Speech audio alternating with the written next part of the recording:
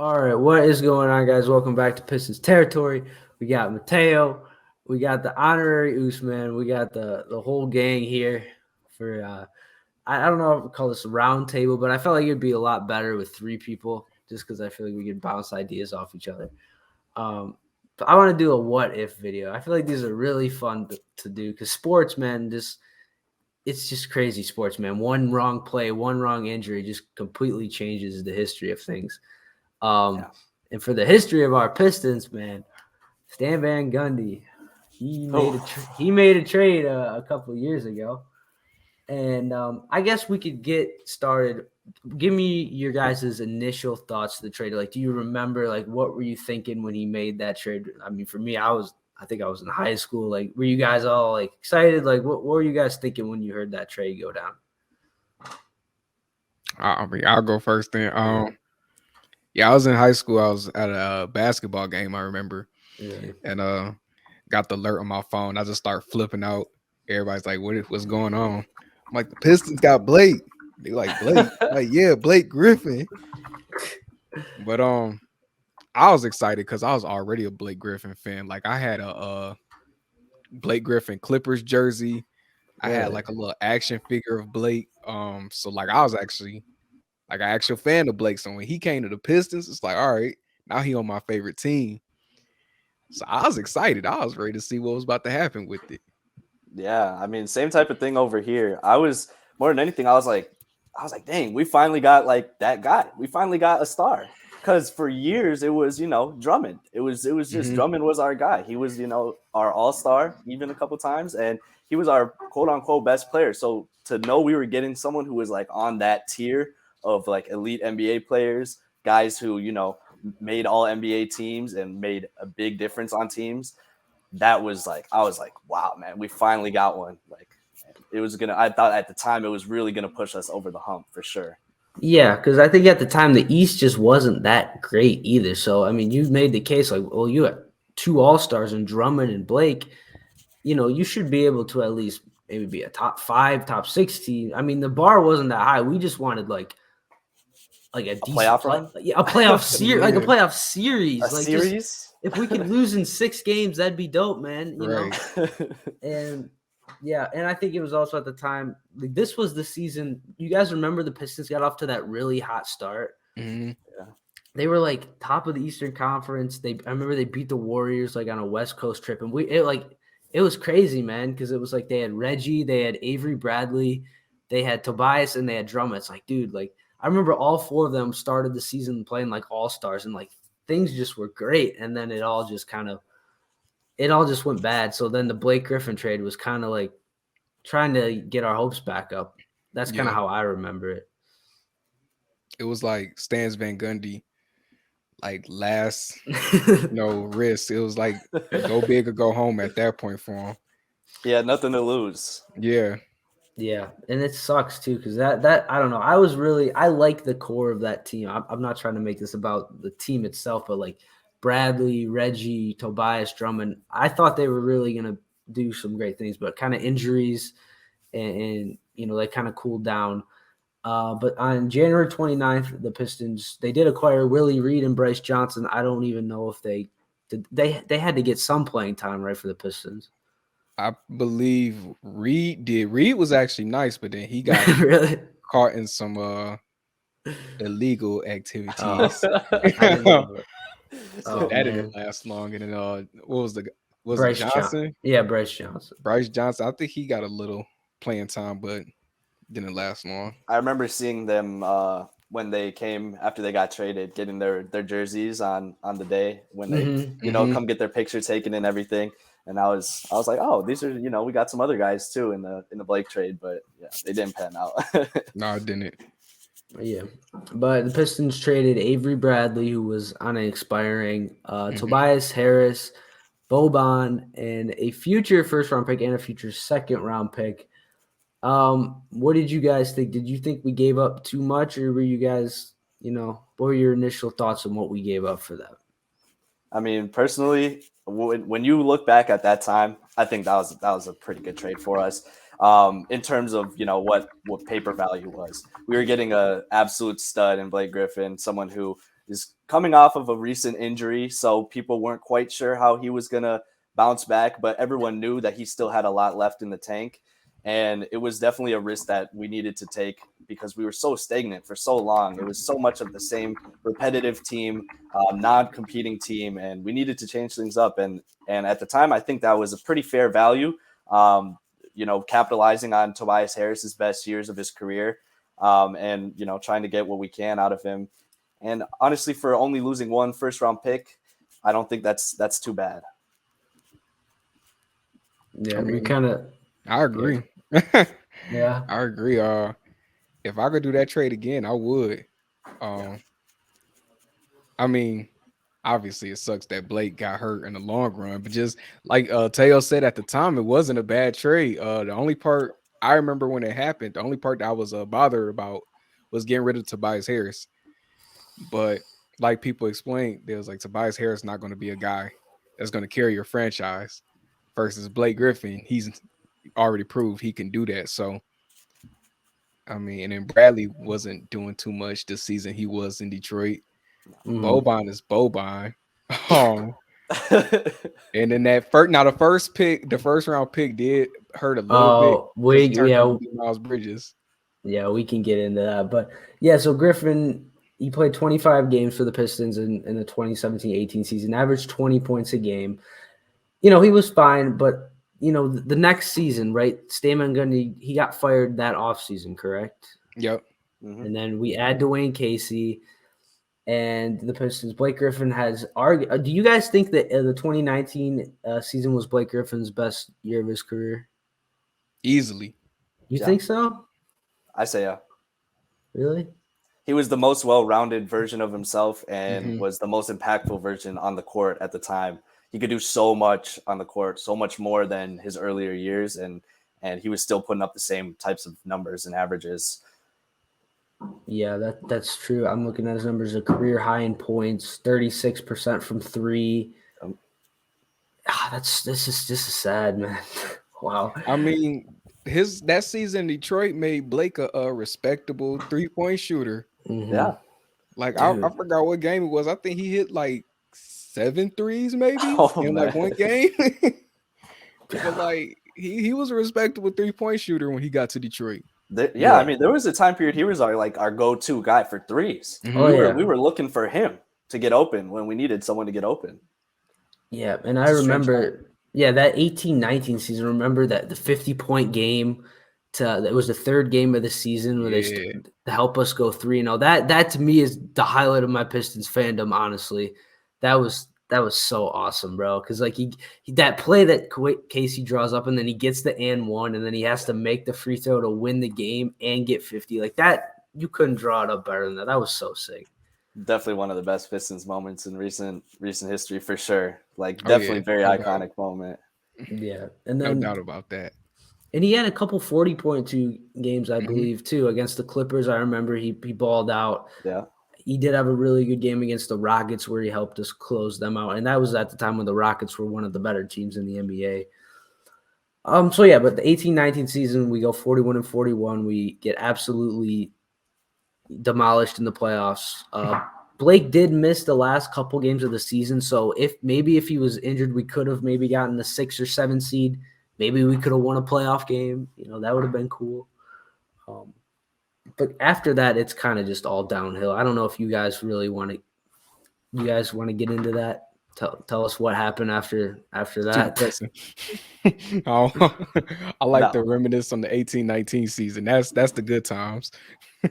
Yeah, and looking at that same thing, like even although our the results weren't what we wanted in the playoffs there, seeing Blake play his heart out and like seeing us, compete. We didn't compete, obviously, but seeing us in the playoffs and seeing Blake actually try, even though he was clearly hurt, it showed that he cared and it showed that he wanted to win, and that was like a very good moment. But at the same time, it was a very hard moment because it was at the same time when that was the injury that ultimately ended up starting to derail his career even more. And it's sad to talk about. It is. Yeah, it could do a what if he never played in that series? Does he literally? Yeah, he maybe, I wouldn't say he'd still be on the Pistons, but I mean, he's tasked with guarding Giannis. Yeah. I mean, and he come played on. great. He was our best player still. Like, Yeah. On one leg. I On know. one leg. He had a whole bad leg. Like, I'm watching that after this live stream now. I gotta, but do you guys like? I know a lot of people have turned on Blake Griffin. What are your guys' thoughts towards him now? You know, in 2022. I still love Blake. I Yeah, mean, he did what he could for the team. He literally put his all out there. Like, this man played till the wheels fell off literally for him. So I have no ill will towards Blake. I know people have their feelings about him because of the whole Stewart beef that goes on. No pun intended. But like, I know that situation is a thing with Pistons fans, but like, outside of that, I still got love for Blake. And then one thing about it, Blake was a troll before he came to the Pistons. Like, I think Pistons fans forget that. Like, he was a troll before he got to the Pistons. He was a troll when he was with the Pistons. It's just he was doing it for us, so we didn't think too much about it. Now he's back being our opponent again, and people picking up on it. So Blake is Blake. I still like Blake. That's my guy. Yeah. I mean, for me, you see, I'm still wearing the 2-3. I got the throwback. I had to put it on for this episode, but no, I mean, like you said, I mean, got a lot of respect for Blake. There's not much he could have done differently. It's not really his fault that things turned out the way that they did. He played his game. He played his hardest, and towards the end, he didn't look great. But I mean, that's not much he had control over, because as we're seeing it play out now, he hasn't returned to some form of a playable player. He's not really playable right now, maybe as a backup. And that is exactly what was happening towards the end of his time here with the Pistons. And at a time when people were saying, you know, maybe it's the fit, maybe he just needs to go somewhere else because he hadn't dunked, right? He hadn't dunked in, you know, however many games. He went to Brooklyn and he dunks in like the first game or something like that. And so, you know, there was a little bit of hope people had that he was going to, you know, maybe turn it around. But as we're seeing play out, he's the same player, essentially, if not even worse than he was when he left Detroit. Yeah. And so, but I still love him. Oh, yeah. Oh, I love him. He did everything he could. And the contract situation's like, you know, it's not his fault he was getting paid that much money. You know, obviously he's going to take the contract that was given to him. I mean, yeah, he took a buyout. Like he shaved some of that off. But I mean, I don't expect him to say, no, y'all don't have to pay me the money that y'all signed to pay me. Like, no, I mean, that's kind of how it works. So I understand him wanting his money at the end of the day. Yeah. And then the 1920 season, that was his age 30 season. So still, you'd think he's in the prime of his career. Only played 18 games, 35% from the field, 24% from three. Dude, that was a rough season, man. Very. Yeah. And then in 21, played 20 games, was even worse. Was averaging 12 points a game. And then eventually gets bought out. So that's kind of a little history lesson on what Blake Griffin did for the Pistons. Did make All-NBA third team in 2019. But, yeah, now that we've gone over that, I want to hear you guys' thoughts. What do you think would have happened if we never made that trade? I'll start with you, RJ. I think the tank would have happened even earlier. I know Tom Gores was like very anti-tank, so he didn't want to do it. But yeah, if that trade never happens, I think Drummond is probably traded earlier than what he was. Actually, I take that back. We might have made a run for like AC still with the roster we had. It's just that would have been the ceiling. Yeah. Fighting for playoff. That's about it there. With that roster, yeah. Yeah. Like, with now thinking back, I mean, Tobias was nice. Drummond was nice. Reggie, when healthy, was pretty good. So I'd say the ceiling would have been like AC still. So nothing crazy. Yeah. What about you, RJ? I mean, not RJ, Mateo. My bad. I mean, yeah, same thing. I think if we end up keeping Blake around, you know, we see, or sorry, if we never make that Blake trade, we end up seeing, you know, a different version of the Pistons even leading up to this day. I mean, it, like RJ said, it could have definitely been an earlier start to a rebuild.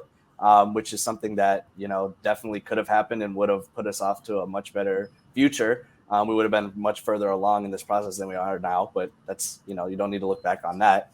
And I think with those kind of assets, it's tough to see where we go from there, because you maybe play out Tobias Harris's contract, and then you have to decide, well, are we going to pay him again? And I don't know. Is he the type of guy that wanted to stay around on a team that was borderline playoffs every year? Didn't really seem like it. And so I think that capitalizing on that, like I said earlier, was something that was bound to happen. And I don't think that this team really is able to compete to a much higher level than we were at the time if we just keep our guys and don't end up getting Blake. So I don't think it's that big of a difference. Now, the big what if there is, what do we do with the other pieces that we gave away, like the first round pick? Okay. See, I have the draft pulled up, but I just to go off the Tobias Harris point, like the Clippers did trade Harris at the trade deadline the year after the Blake Griffin trade, and they did actually they got 2 first-round picks. I think they got a young player too. If I can't remember, I can look it up in a second. But they ended up flipping Tobias Harris, so the Pistons could have very easily done that and gotten more assets, and then turned those assets maybe into another star, which that's what I would have preferred to happen. But yeah, in that 2018 draft, the Pistons, you make the case that maybe the Pistons aren't as good with Blake Griffin. Maybe they have a little bit of a worse record, so they get a little better of a draft position, but they were right there to draft guys like Shai Gilgeous-Alexander, Miles Bridges, Michael Porter Jr., guys that could have potentially turned into all-stars here. I mean, it would have been nice. Yeah. I could see something working out there. It would have taken way more though. For us to actually had built something off what we had at that moment. We would have needed more. Or do you think we would one of those guys you named would have been a start? Yeah, or do you think we would have screwed it up and took like Troy Brown Jr. or Zaire Smith? I mean, I was going to say Pistons. Yeah. And I'm looking at this draft. It's not a great draft. It's not a great great draft class. Now, it is fairly deep, as in like there are some decent picks here in the second round. And we obviously made some second round picks this year. I think this is the year we got Bruce Brown. But yeah, no, there weren't that many great options that year outside of those first couple that, are obviously stars today or would be stars. But yeah, I could have seen us definitely taking a guy like a Zaire Smith or, a Lonnie Walker, someone like that, and who ultimately wouldn't have been changing our program that much, to be honest. Nah. Yeah, and just going back to the Tobias Harris trade, the Clippers traded Tobias Harris. They got 2 first-round picks, 2 second-round picks, and they also got Landry Shamet. So essentially 2 first-round picks, 2 second-round picks, and a young player. Okay, wow. They turned. It's hard to believe his value was that high at one point. I know. He was I'm a rental thinking about too. that now, and I'm like, how in the world? Yeah, they made out like bandits on that one. Tobias was putting up numbers though. He was like borderline all-star. Yeah. You can even argue, time he spent with the Clippers was better than his Detroit years. That's true. He was borderline all-star. Yeah. No, yeah, he was doing his thing, and that's why it's been interesting, obviously in his most recent team, we haven't been able to see him in that capacity, but that's because of, he has 2 other all NBA caliber players. And I mean, he's played with Embiid the whole time when he's been there. So, we're not seeing that. It'd be interesting to see what he's still able to do to this day if he was like the number 1 guy on the team. But at the same time, it probably wouldn't be that interesting because I don't think they'd be very good. Mm-hmm. And I do think you guys think they would stay the course? Because like I said, they would have kept all those assets. Maybe they moved Tobias Harris in the offseason, and they do have that first-round pick that they keep that's a potential lottery pick. And this was at a time in the NBA where there was so much player movement. Like every offseason, there was multiple stars getting traded. Kyrie's requesting a trade. Jimmy Butler's requesting a trade. Westbrook's requesting a trade. Chris Paul's requesting a trade. Do you think the Pistons could have potentially maybe dealt for another star to pair with Andre Drummond? I think we needed to trade Andre Drummond, and Really? that's the sad reality. Like I think if we wanted to win with the roster or any remnants of the roster that we had at that time, it wasn't going to be with Drummond, unfortunately. As much as I liked him and as much as he did what he did, he doesn't play winning basketball as a starter on a team. So we would have had to move away from that at some point. I agree. If Drummond's your franchise player, again, I like Drummond too, but Yeah. if Drummond's your franchise player, it's not the best thing for your franchise. So it probably would have been best to go ahead and move away from him still. Yeah. So maybe that would have been the best case scenario, is just get this rebuild started earlier. Stan Van Gundy probably obviously gets fired.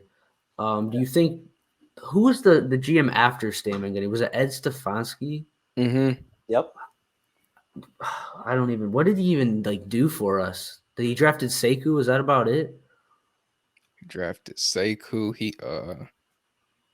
flipped. I think it was John Lure or something for like Tony Oh yeah, Snell and the yeah, first and yeah, he and the passed first up pick. on It was like the 30th pick though, but and he passed up on Kevin Porter Jr. yeah, Yeah, because the we remember? technically KPJ drafted him.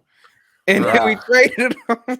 That one hurt. That one hurt on draft night. I remember being like, "Wait, that's our pick though, and that's KPJ, like the KPJ. Like he's gonna be pretty good." Yeah, And I mean, he's not anything crazy, but he's a young stud now for the Would've been Rockets doing his nice. thing. Yeah, that'd have been nice for sure at that value too.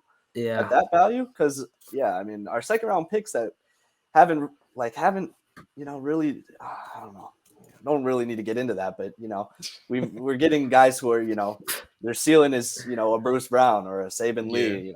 We'd love to get a second round gem in there somewhere. Maybe it's our draft and stash guy. What's his name? Oh my, I don't even.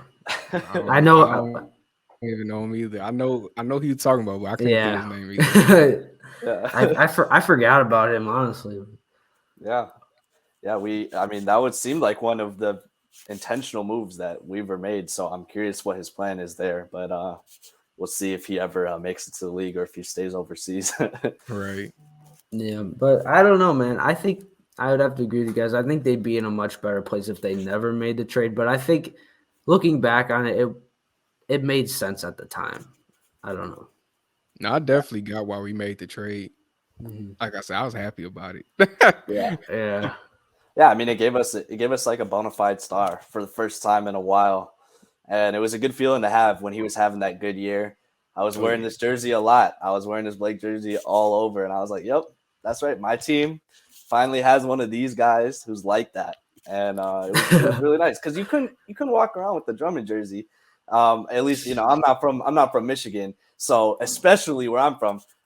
Why would I be walking around in a Drummond jersey? I would be laughing at, like, that would be bad, So I at least had a respectable jersey for once. I was like, nice. And yeah, no, I was happy at the time. And, it made sense for both parties at the time. Yeah. And I guess if I could get you guys one more thought is like after the 2019 season, obviously it was all downhill from there. But what if he never got injured? What if he, not replicated his all NBA season, but was close to it? Do you think the Pistons would have taken another step, or do you think they would have still been stuck in that, kind of 500, 7th, 8th seed kind of, territory? I think they make another move to try to get as high as they can. Well, yeah, As they far as did that eating in with the East.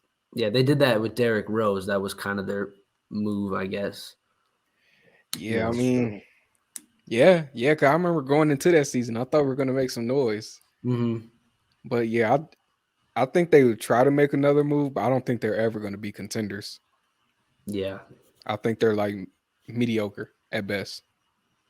Yeah. And I'd say looking at like Blake's career arc, even if he doesn't get hurt and even if he's able to stay around for a couple more years at a at least productive level, I don't think that it's going to be like a winning. Again, I don't think it's going to really make us that much better of a team than we were when we made the playoffs with him as an 8 seed. I think it's probably a pretty similar roster, whether it's, the next year, how many big changes are we going to make? It was tough. We were very tied up with money at the time, very, very tied up with money. We didn't have the money to go get a big guy in free agency, and we didn't have good draft picks either. So it wasn't I just don't see that panning out, in my opinion. Unfortunately, even if Blake plays, pretty decent for the next couple of years, it really doesn't do us any favors as Pistons fans in the long term.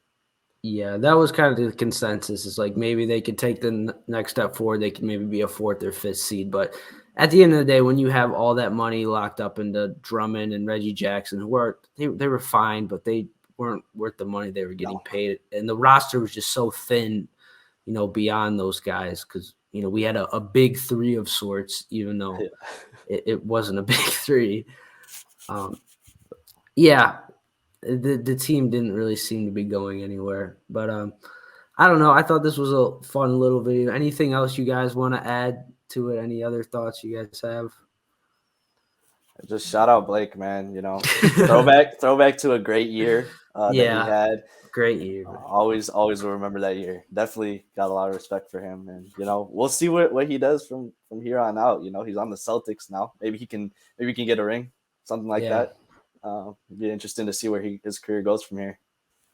I love to see Blake get a ring. I would hope it's not with Boston. I would hate that part, but I would love to see Blake get a ring.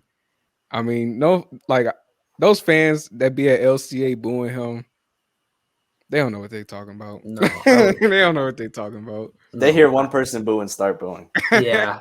I'm like, why are y'all booing this, man? The memories that he gave me, just being a Pistons fan that hasn't had a lot to cheer about, I will never boo Blake Griffin. Right. Yeah. Real fans appreciate Blake. Yeah, absolutely. But yeah, this was a fun little what if video. One more thing. Are there any other what ifs that you guys kind of want to talk about, cover? This is kind of something I thought would be a fun little idea. There's a lot we could go down. Really? Give me one. Man, any of our draft picks from the 2010s, any of them. Yeah. Those are all conversations I'd be willing to have about why we should have drafted other players specifically and how that could have turned out. There's so many different scenarios that could have turned out from different draft You picks. could do single drafts, individual players, Exactly. Literally, there's so much to dive into there. We'll definitely have to get into that more later. Yeah. But I think that's all we got for you guys today. Thank you, Mateo. Thank you, the honorary Oos RJ. We appreciate you stepping up as always. But yeah, make sure to like and subscribe, and we'll see you guys in the next one.